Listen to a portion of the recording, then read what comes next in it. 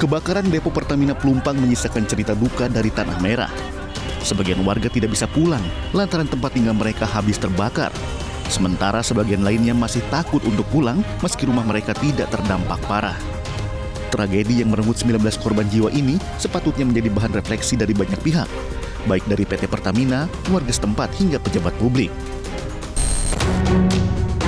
Kurang dari sepekan setelah kejadian, tim liputan iNewsFile datangi lokasi kejadian untuk melihat dari dekat kondisi terkini warga di sekitar Jalan Tanah Merah Bawah, Kelurahan Rawabadak Selatan, Koja, Jakarta Utara yang terdampak cukup parah. Saat berjalan menyusuri wilayah Tanah Merah, terbayang bagaimana saat itu ledakan membumi hanguskan bangunan rumah warga. Semua bangunan yang berada di dekat lokasi ledakan hancur tak tersisa, seolah tidak pernah ada kehidupan sebelumnya. Di sini kami menemui seorang warga yang tempat tinggalnya sangat dekat dengan tembok pembatas dan titik ledakan. Dari lantai 3 rumah milik keluarga Arif inilah ia menceritakan detik-detik ledakan terjadi hingga berhasil menyelamatkan diri. Bang Arif. Ya, Bang Arif. Karena menurut informasi siapa Pak Isol nih, abang ini saat kejadian benar-benar dekat dengan lokasi bang. Ya, benar.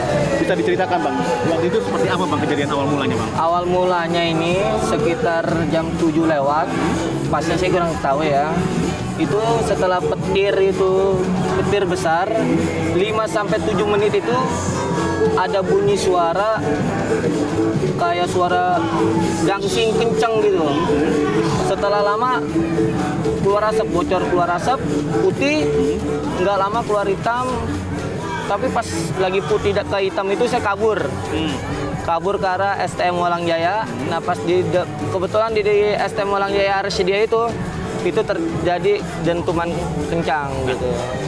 Suaranya kencang itu sumber dari arah mana bang? Ya dari arah Pertamina yang jelas. Dari sini bang? Ya karena dia langsung ngeluarin api bang.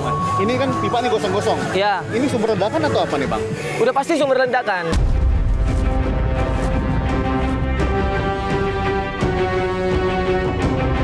Bila dilihat dari loteng rumah keluarga Arif, hampir semua rumah yang berdekatan hangus terbakar. Api yang menyambar lalu tertiup angin, kemudian membesar, membuat warga tak sempat menyelamatkan barang berharga. Kepada kami, Arif menceritakan kepanikan yang terjadi saat itu. Pingsan bang, sesak gitu pingsan kayak gimana sih kayak kehabisan napas gitu. Cium aroma gas? Iya, ya orang warga sih bilang aroma gas gitu. Kalau saya juga kurang tahu, pihak Pertamina mungkin yang paham kan gitu. Entah itu gas, bensin atau Pertamax atau apa kan gitu. Berarti korban ini sebetulnya menurut abang nih banyak yang kena terpanggang, terbakar atau menghirup gas bang? Kata saya sih terpanggang bang. Terpanggang? Iya. Awal mulanya juga dia menghirup gas, dia tidak bisa melarikan diri kan kehabisan nafas bang. Kalau udah nggak bisa nafas kan lari kan mungkin terpanggang gitu. Tapi awalnya menghirup gas? Pasti itu, udah pasti. Karena gas itu anginnya pas ke arah timur sih bang. Pengalaman menjadi kunci Arif berhasil menyelamatkan diri di tengah kecamuk api yang meluluh lantakan pemukiman warga. Kepada kami, Arif menceritakan ledakan depo Pertamina Pelumpang yang sebelumnya pernah terjadi di tahun 2009 saat ia masih remaja. Udah lama tinggal di sini bang? Ya saya dari lahir udah di sini. Ya. Berarti sekitar lebih 20 tahun ya? 30 lebih. 30 tahun lebih? Ya, saya aja 30 lebih. Ledakan di 2000 berapa? 2009 ya waktu itu? Ya mungkin 2009-an. Itu sama seperti ini atau lebih kecil atau gimana? Dulu sih setahu saya 2009 itu lebih besar daripada ini. Cuma 2009 itu tidak memakan korban setahu saya sih. Karena tidak ada yang terbakar rumah warga gitu. Saya sih ya Pertamina ini harus direlokasi sih bang. Ya walaupun ini punya BUMN ya, kalau menurut saya pribadi, walaupun misalkan warga yang direlokasi, kalau Pertamina di sini walaupun suatu saat ada kejadian apa nggak bahaya Mas Sutet ini bang? Betul. Hah? Jadi kalau direlokasi warga pun pengen? Nggak juga sih. Nggak juga ya, berarti. Iya berat pasti bang, itu Kampung pasti berat. ya? Iya. Jadi lebih baik Pertamina yang mundur? Iya kalau bisa. Penelusuran tim liputan iNewsFile di lokasi kebakaran masih berlanjut. Di dekat posko korban, kami menemui salah satu warga yang juga pengurus RW di lingkungan Tanah Merah. Di sini Muhtar menceritakan sedikit sejarah lingkungan yang ditinggalinya hingga saat ini. Menurut Muhtar, wargalah yang lebih dulu tinggal di lingkungan ini. Ya pemirsa, ini adalah salah satu tempat yang terdampak cukup luas dari ledakan ini. Dengan Pak Muhtar. Ya, benar. Ya, Saya Pak. sendiri Pak Muhtar. Sebagai apa sini Pak? Sebagai sekretaris RW 09. Baik Pak. Pak, ini kan temboknya sangat dekat Pak dengan permukiman ya Pak ya. Nah, ini kalau Bapak boleh sedikit cerita, ini sejarahnya gimana sih Pak bisa ada pemukiman di sini dan ada kilang di sini Pak? Ya, sebenarnya gini Pak. Dulu tahun 74 sebenarnya warga yang lebih dulu yang punya Pertamina sendiri sebenarnya ada 3,4 hektar adanya di sebelah sana. Nah, sebenarnya tembok ini bukan hanya di sini. Awalnya tembok itu di dalam. Awalnya di dalam. Iya. Pindah ke sini? Iya. Kapan?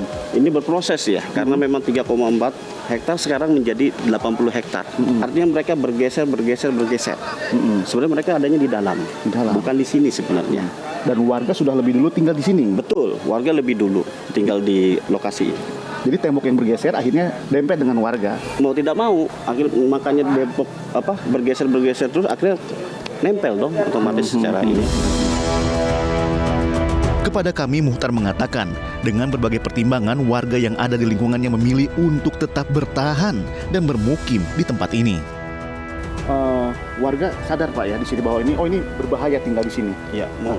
Kenapa memilih bertahan Pak? Ya kami mau gimana lagi? Ya kami memang punya hak di sini, tinggal di sini. Mau dari mana lagi kami tinggal ya? Kami akan tinggal di tempat di sini. Karena memang warga asli sini ya Pak, Ya. dan lebih dulu tinggal di sini. Betul, kami lahir di sini bahkan. Nah, dengan adanya kejadian ini Pak, yang Bapak harapkan apa Pak? Apakah relokasi atau apa Pak? Yang jelas kami tadi malam rapat bersama masyarakat sekitar 500 orang bahwa kami tetap Pertamina harus bertanggung jawab. Apa yang dilakukan Pertamina harus bertanggung jawab. Satu tuntutan kami adalah bagaimana warga yang terbakar parah maupun terbakar ringan itu harus diberikan yang namanya kompensasinya. Bagaimana warga yang meninggal dan bagaimana warga yang bangunan ini hancur harus dibangun kembali. Dan yang ketiga, depo penumpang ini harus bergeser karena sudah tidak layak lagi di tengah-tengah pemukiman penduduk. Tak hanya merenggut korban jiwa, harta, dan benda, tragedi kebakaran depo Pertamina Pelumpang juga memunculkan sejumlah masalah lama yang tak kunjung ada solusinya. Lantas, apakah relokasi menjadi solusi? Lalu siapa yang harus direlokasi? iNews File segera kembali.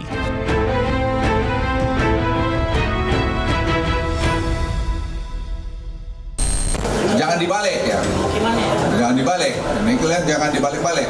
Pelumpang itu udah dibuat di sana, ada daerah kosong atau buffer untuk buffer zone untuk tidak ada kejadian. Jangan ini yang disuruh pindah, orang yang tidak berhak di situ yang harus disuruh pindah.